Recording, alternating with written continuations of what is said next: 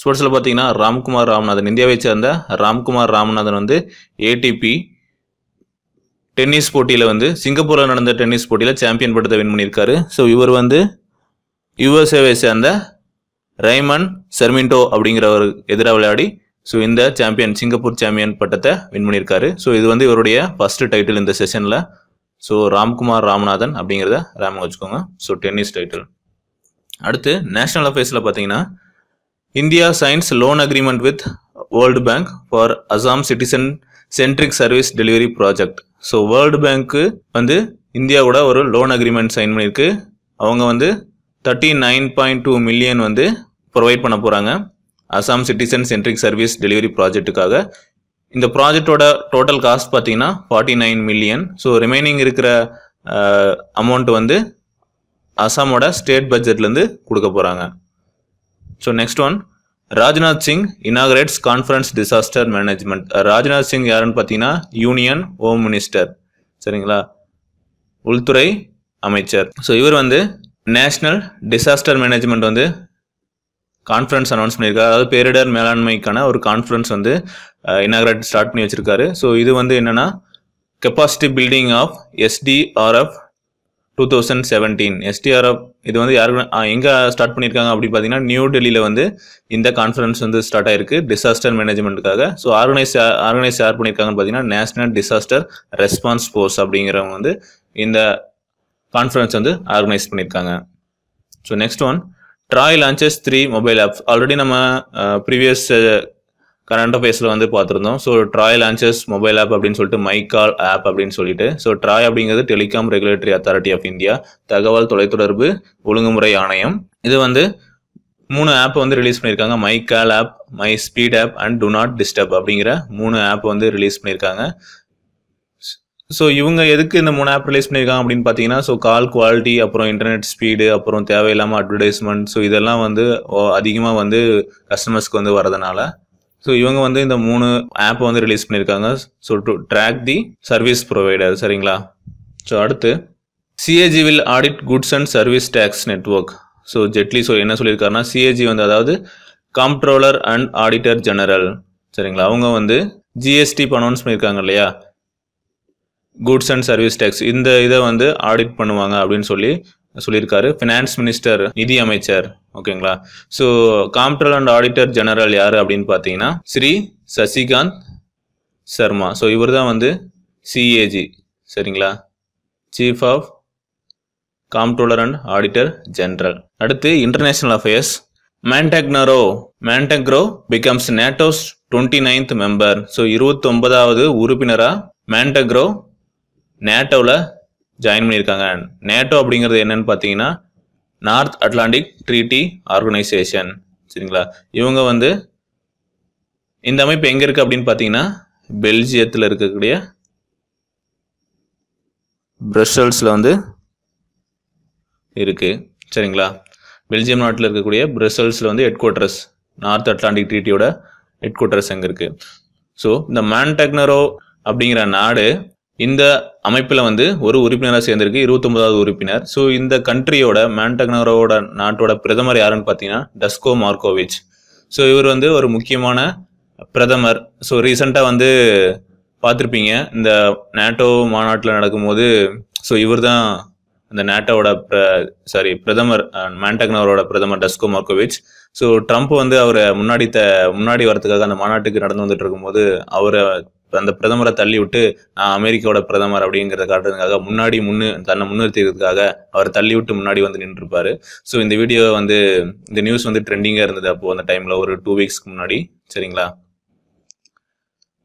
So இந்த incident வந்து ஒரு முக்கியமான இன்சிடென்ட். ஸோ அதை ரிலேட் பண்ணி நீங்கள் இந்த விஷயத்தை ஞாபகம் வச்சுக்கலாம். ஸோ அதனுடைய பிரதமர் யார் அப்படிங்கிற கொஸ்டின் கூட வரதுக்கு சான்சஸ் இருக்குது. ஸோ கண்ட்ரி, ஸோ அவங்களுடைய பிரைம் மினிஸ்டர், சரிங்களா.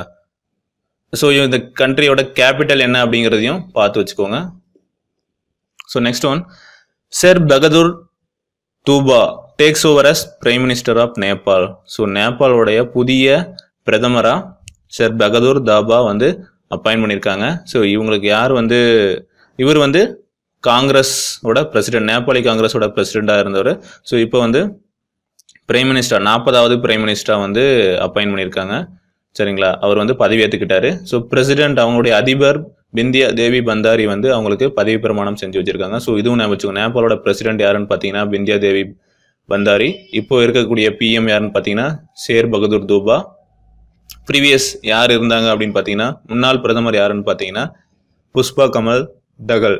ஸோ அவங்க வந்து பிரச்சந்தா அப்படின்னும் அவங்கள வந்து சொல்லுவாங்க. புஷ்ப கமல் தகல் பிரச்சந்தா அப்படிங்கிறதான் முன்னாள் பிஎம்மாக இருந்தார்.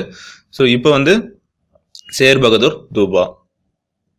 அடுத்து India science agreement to provide Sri Lanka with USD of 318 million for railway. இந்தியாவும் ஸ்ரீலங்காவும் வந்து ஒரு அக்ரிமெண்ட் சைன் பண்ணியிருக்காங்க. அந்த அக்ரிமெண்ட்ல $318 வந்து மில்லியன் வந்து ரயில்வே ப்ராஜெக்டுக்காக கொடுக்க போறாங்க. ஸோ இந்த 318 million அப்படிங்கிறது ஆல்மோஸ்ட் 200 crore வந்து 200 கோடியை வந்து இலங்கைக்கு ரயில்வே ப்ராஜெக்டை மேம்படுத்துறதுக்காக கொடுத்துருக்காங்க. ஸோ இது யார் கொடுக்குறாங்கன்னு பார்த்தீங்கன்னா export import bank, Exim bank அப்படின்னு சொல்லுவாங்க. இவங்க வந்து 4 கட்டமாக இந்த அமௌண்ட்டை வந்து கொடுத்துருக்காங்க. அடுத்து முக்கியமான இறப்பு ஆர்பிச்சரிஸில் பார்த்தீங்கன்னா veteran parliamentarian and freedom fighter Raj Seliyan passed away at Vellore in Tamil Nadu due to brief illness. நாடாளுமன்ற உறுப்பினர் இவர் வந்து தமிழ்நாட்டில் வெல்லூர் டிஸ்ட்ரிக்ட்ல இருக்கக்கூடிய ராஜ் செலியன் அப்படிங்கிறவர் வந்து நாடாளுமன்ற உறுப்பினராக இருந்தவர். ஸோ இவர் வந்து உடல்நலக் குறைவால் வந்து இறந்துட்டார். ஸோ இது ஒரு முக்கியமான நியூஸ். தமிழ்நாடு நடப்பு நிகழ்வுகளில் ஒரு முக்கிய நிகழ்வு. ஸோ இது வந்து கேட்கறதுக்கான சான்சஸ் இருக்கு. அடுத்து super dad Tendulkar joins UN campaign on fathers. Super dad அப்படிங்கிறது என்னன்னா சூப்பர் தந்தை அப்படிங்கிற யூனிசெஃப். ஸோ யூனிசெஃப் அப்படிங்கிறது தெரியும், ஐநா குழந்தைகளின் நிதியம் அப்படிங்கிற அமைப்பு வந்து யுனைடெட் நேஷன் கேம்பெயின் வந்து ஆர்கனைஸ் பண்ணியிருக்காங்க. என்னன்னா சூப்பர் டேட், சூப்பர் தந்தை அப்படின்ட்டு. இது எதுக்கு ஆரம்பிச்சிருக்காங்க அப்படின்னு பார்த்தீங்கன்னா ஆரம்ப கால வளர்ச்சியில் தந்தைகளின் பங்கு. ஸோ குழந்தைகள் வளர்ப்பில் வந்து ஆரம்ப கால வளர்ச்சியில் என்ன பங்கு தந்தைக்கு இருக்கு அப்படிங்கிறத எடுத்துக்காட்டும் விதமாக யுனைடெட் நேஷன் வந்து இந்த கேம்பெயினை ரன் பண்ணிட்டு இருக்காங்க. ஸோ இதில் சச்சின் டெண்டுல்கர் வந்து ஜாயின் பண்ணியிருக்காரு. இதுக்கு முன்னாடி யாரெல்லாம் இருக்காங்கன்னு பார்த்தீங்கன்னா டேவிட் பெக்காம், நொவாக் ஜோகோவிக். சரிங்களா, இவங்கெல்லாம் வந்து இதில் வந்து இந்த கேம்பெயினை வந்து ஜாயின் பண்ணியிருக்காங்க. ஸோ இதுதான் 6th and 7th இருக்கக்கூடிய இம்பார்ட்டன்ட் நியூஸ். ஜூன் 8 அப்படிங்கிறது வந்து வேர்ல்டு ஓஷன் டே, அதாவது உலக கடல் தினம், அதாவது உலக சமுத்திர தினம் அப்படின்னு சொல்லி செலிப்ரேட் பண்ணிட்டு இருக்கோம். ஸோ ஜூன் 8 வந்து வேர்ல்டு ஓஷன் டே. ஸோ இது எதுக்கு செலிப்ரேட் பண்றாங்க அப்படின்னு பார்த்தீங்கன்னா to raise awareness of the challenges humanity faces to protect the world's oceans. ஓகேங்களா, அதாவது கடல் சம்பந்தப்பட்ட என்னென்ன பிரச்சனைகளை வந்து நம்ம ஃபேஸ் பண்ணுறோம். ஸோ ஒரு கடல் அப்படிங்கிறது வந்து எவ்வளோ முக்கியமான விஷயம் அப்படிங்கிறது வந்து எல்லாத்துக்கும் தெரியணும் அப்படிங்கிற ஒரு காரணத்துக்காக தான் நம்ம வந்து இந்த உலக கடல் தினத்தை செலிப்ரேட் பண்ணுறோம். ஸோ நமக்கு கிடைக்கக்கூடிய ஆக்சிஜன் பார்த்தீங்கன்னா ஓசோன்ல இருந்து தான் நமக்கு வந்து கிடைக்குது. ஸோ மரங்கள் மூலியமாக கிடைக்குதுன்னு சொல்லலாம். ஸோ அது மட்டும் இல்லாமல் ஸோ அந்த கடல்கள் மூலியமாகவும் நமக்கு வந்து ஆக்சிஜன் கிடைக்குது. சரிங்களா, ஸோ இது எல்லாத்தையுமே வந்து ஒரு அவேர்னஸ் கிரியேட் பண்ணுறதுக்கு, ஸோ நம்ம எப்படி வந்து என்ன அழிவை நோக்கி போயிட்டு இருக்கோம் அப்படிங்கிற ஒரு விஷயத்துல இருந்து எப்படி வந்து நம்ம வந்து ஃபியூச்சரை வந்து எப்படி காப்பாற்றலாம் அப்படிங்கிற ஒரு விஷயத்தை முன்னிறுத்தி தான் ஒவ்வொரு வருஷமும் உலக கடல் தினம் வந்து செலிப்ரேட் பண்ணிட்டு இருக்காங்க. யுனைடெட் நேஷன் வந்து விஷயத்தை வந்து செலிப்ரேட் பண்ணணும். உலக கடல் தினம் அப்படிங்கிற ஒரு தினத்தை வந்து நம்ம செலிப்ரேட் பண்ணி ஸோ அந்த கடல் பற்றின ஒரு நல்ல முயற்சிகள் எடுத்து அதை வந்து மீட்கணும் அப்படிங்கிற ஒரு முயற்சியை வந்து எடுத்திருக்காங்க. ஸோ இது வந்து ஜூன் 8, 2008 இருந்து இந்த உலக கடல் தினம் அப்படிங்கிறத யுனைடெட் நேஷன் ஜெனரல் அசம்பிளி அப்படிங்கிற அமைப்பு வந்து செலிப்ரேட் பண்ண ஸ்டார்ட் பண்ணியிருக்காங்க. இதனுடைய தீம் 2017 தீம் அப்படின்னு என்னன்னு பார்த்தீங்கன்னா அவர் ஓஷன்ஸ் அவர் ஃபியூச்சர். ஸோ இது முக்கியம். ஸோ நம்ம இப்போ வந்து வெறும் டேட் மட்டும் படித்தா பத்தாது, என்ன தகவல்கள் கொடுத்துருக்காங்க, தீம் என்ன. So world ocean day celebrate பண்ணுறாங்க, உலக கடல் தினம் செலிப்ரேட் பண்ணாங்கன்னா அதனுடைய தீம் என்ன அப்படின்னு கேட்டாங்கன்னா 8ஆம் தேதி செலிப்ரேட் பண்ணாங்கன்னு நமக்கு தெரியும். பட் அதனுடைய தீம் என்ன அப்படிங்கிறதும் இம்பார்ட்டன்ட். ஓகேங்களா, ஸோ இங்கிலீஷில் பார்த்தா அவர் ஓஷன்ஸ் அவர் ஃபியூச்சர், தமிழில் என்னன்னு பார்த்தீங்கன்னா எங்களின் சமுத்திரங்களும் எங்களின் பொறுப்புகளும். ஓகேங்களா, ஸோ இதுதான் இம்பார்ட்டன்ட். ஸோ 8 அப்படிங்கிறது வேர்ல்டு ஓஷன் டே. அதனுடைய தீம் என்ன அப்படின்னு பார்த்தீங்கன்னா இந்த வருஷத்துக்கான தீம் எங்களின் சமுத்திரங்களும் எங்களின் பொறுப்புகளும். ஓகேங்களா, அடுத்து சயின்ஸ் அண்ட் டிஃபென்ஸில் ஒரு முக்கியமான நிகழ்வுகள் என்ன அப்படின்னு பார்த்தீங்கன்னா 650 light years from earth scientist discover hottest known planet in universe. சரிங்களா, அதாவது புதுசாக ஒரு பிளானட்டை சயின்டிஸ்ட் வந்து கண்டுபிடிச்சிருக்காங்க. அது வந்து ரொம்ப ஹாட்டாக இருக்கக்கூடிய பிளானட். சரிங்களா, ரொம்ப சூடாக இருக்கக்கூடிய பிளானட், கிட்டத்தட்ட சூரியன் அளவுக்கு சூடாக இருக்கக்கூடிய ஒரு கிரகம். சரிங்களா, ஸோ அதான் சொல்லியிருக்காங்க, நட்சத்திரங்களை விட வெப்பமான ஒரு கிரகம் கண்டுபிடிப்பு. எவ்வளோ தூரத்தில் இருக்குது அப்படின்னு பார்த்தீங்கன்னா பூமியிலிருந்து சுமார் 650 ஒளியாண்டுகள் தொலைவில் இருக்குது அப்படின்னு சொல்லியிருக்காங்க. ஸோ அதனுடைய பேர் என்ன வச்சிருக்காங்கன்னா கெல்ட் 9b. ஓகேங்களா, KELT 9b கிரகம் தனது நட்சத்திரத்தை சுற்றுகிறது. சரிங்களா, ஸோ இதுதான் வந்து ஒரு முக்கியமான நிகழ்வாக பார்க்கப்படுது. ஸோ ஏன்னா ஒரு 650 ஒளியாண்டுகள் தூரத்தில் இருக்கக்கூடிய ஒரு பிளானட் வந்து சூரியன் அளவுக்கு, கிட்டத்தட்ட சூரியனை விட ஒரு கொஞ்சம் டிகிரி செல்சியஸ் வெப்பம் அளவுக்கு தான் கம்மியாக இருக்குது அப்படிங்கிற ஒரு விஷயத்தை வந்து கண்டுபிடிச்சிருக்காங்க விஞ்ஞானிகள்.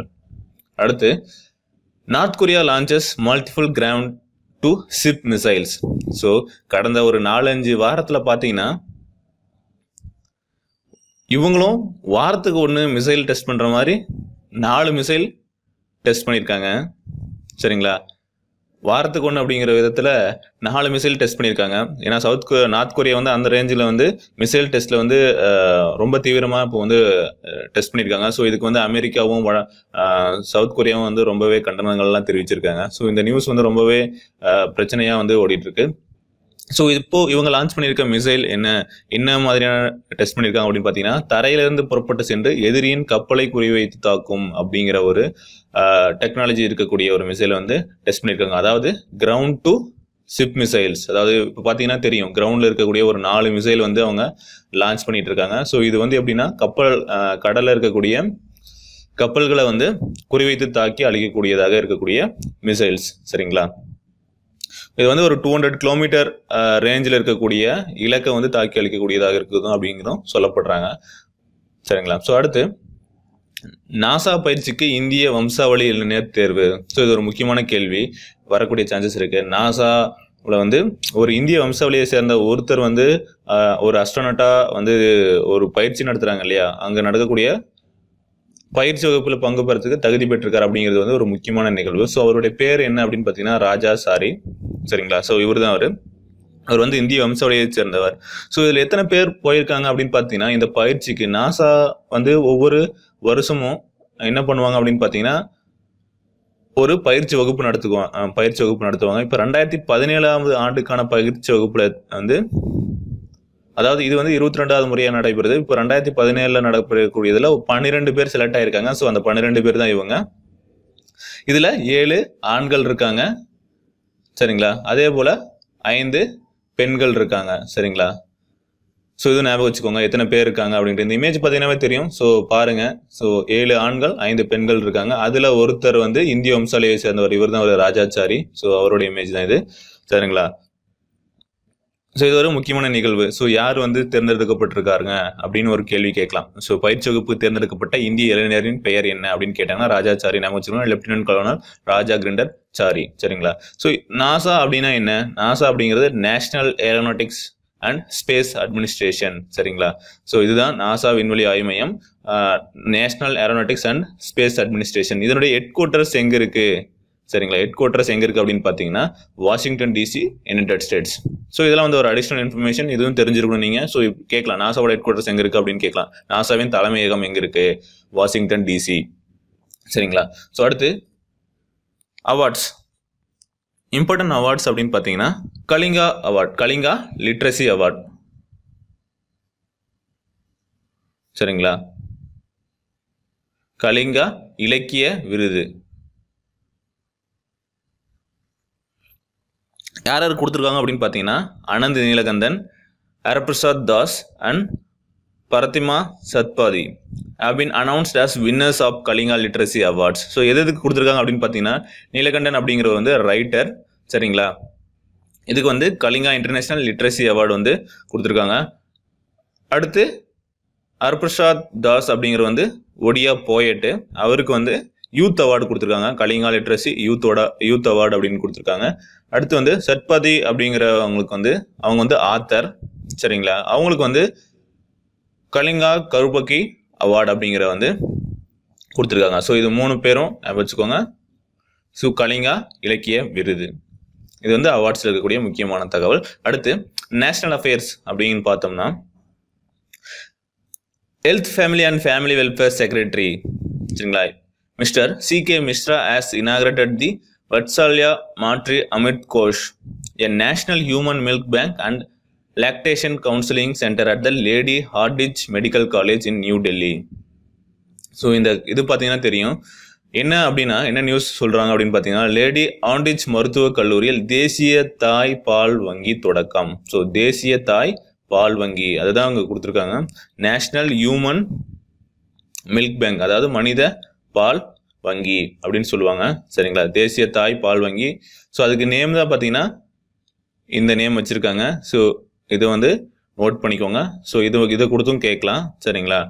ஸோ இதை யார் இனாகரேட் பண்ணி வச்சாங்க அப்படின்னு பார்த்தீங்கன்னா C.K. Mishra இவர் தான் ஆரம்பிச்சு வைக்கிறாரு. இது பார்த்தீங்கன்னா தெரியும் சீஃப் கெஸ்ட் யார் வந்திருக்காங்கன்னு சொல்லிட்டு அந்த பேனரில். ஸோ சீஃப் கெஸ்ட் வந்து ஸ்ரீ C.K. Mishra. ஸோ இவர் தான் அது C.K. Mishra சரிங்களா. C.K. Mishra வந்து யாருன்னா மத்திய சுகாதார செயலாளர் சரிங்களா. இவர் வந்து மத்திய சுகாதார செயலாளர் இங்கே கொடுத்துருவாங்க பாருங்க. Secretary ministry of health and family welfare of government of India சரிங்களா. ஸோ இது எங்கே நடந்துச்சு அப்படின்னு பார்த்தீங்கன்னா Hardinge medical college and association hospitals ஓகேங்களா. Lady Hardinge medical college new டெல்லியில் இருக்கக்கூடிய LHMC லேடி ஹார்டிஞ்ச் மெடிக்கல் காலேஜில் வந்து இது வந்து நடந்திருக்கு.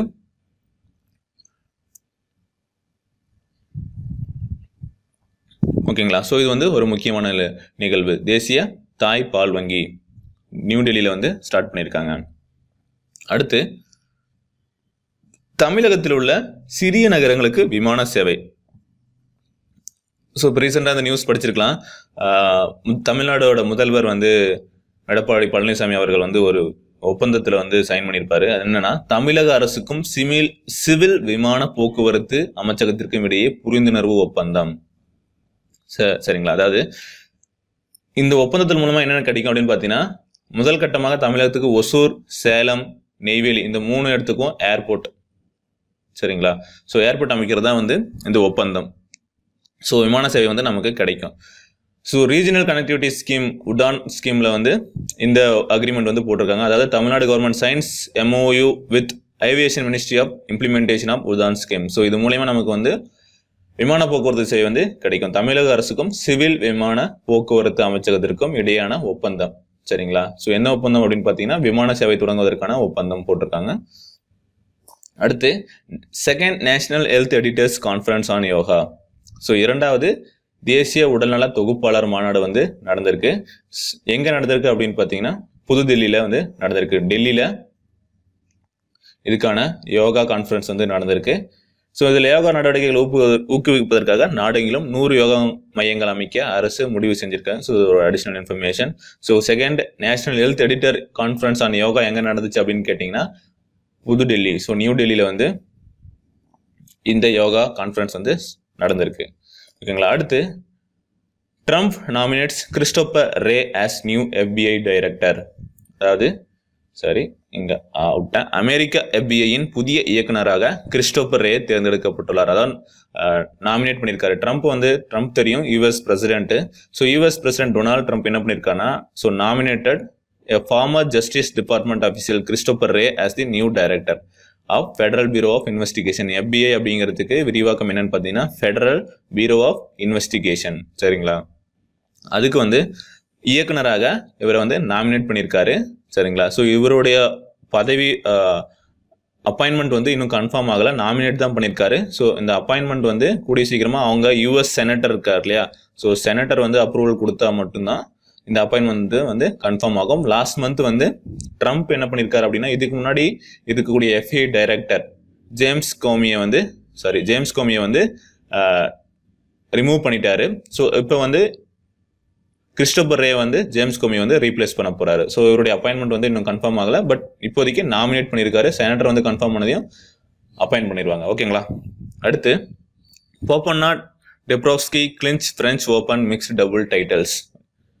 பிரெஞ்ச் ஓபன் கலப்பு இரட்டையர் போபன்னா ஜோடி சாம்பியன் பட்டத்தை வின் பண்ணியிருக்காங்க. ஸோ போபன்னா மற்றும் டெப்ரோஸ்கி.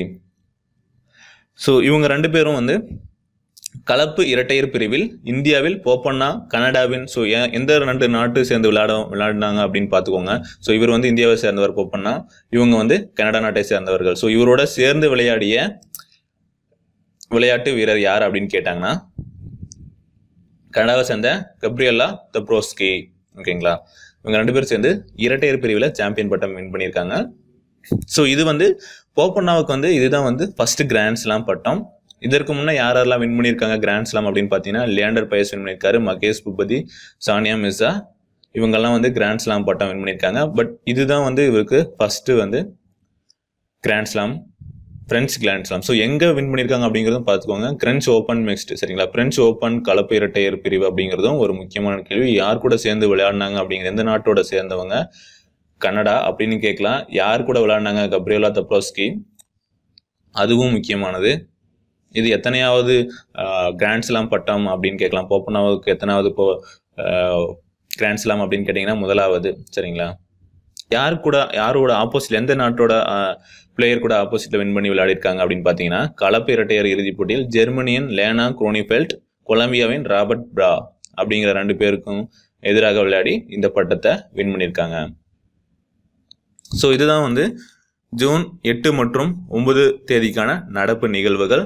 ஸோ அடுத்த வீடியோவில் ஜூன் 10 மற்றும் 11 ஆகிய தேதிகளுக்கான நடப்பு நிகழ்வுகளை பார்க்கலாம். ஸோ இதில் ஏதாவது தகவல்கள் மிஸ் ஆயிருந்தால் அந்த நடப்பு நிகழ்வுகள், ஸோ நம்ம வந்து இம்பார்ட்டன்ட் நியூஸ் மட்டும் கவர் பண்ணியிருக்கோம். ஸோ உங்களுக்கு ஏதாவது வேறு இம்பார்ட்டன்ட் தகவல்கள் கிடைச்சிருந்தா அந்த தகவல்களை கீழே கமெண்ட் செக்ஷனில் பதிவிடுங்க.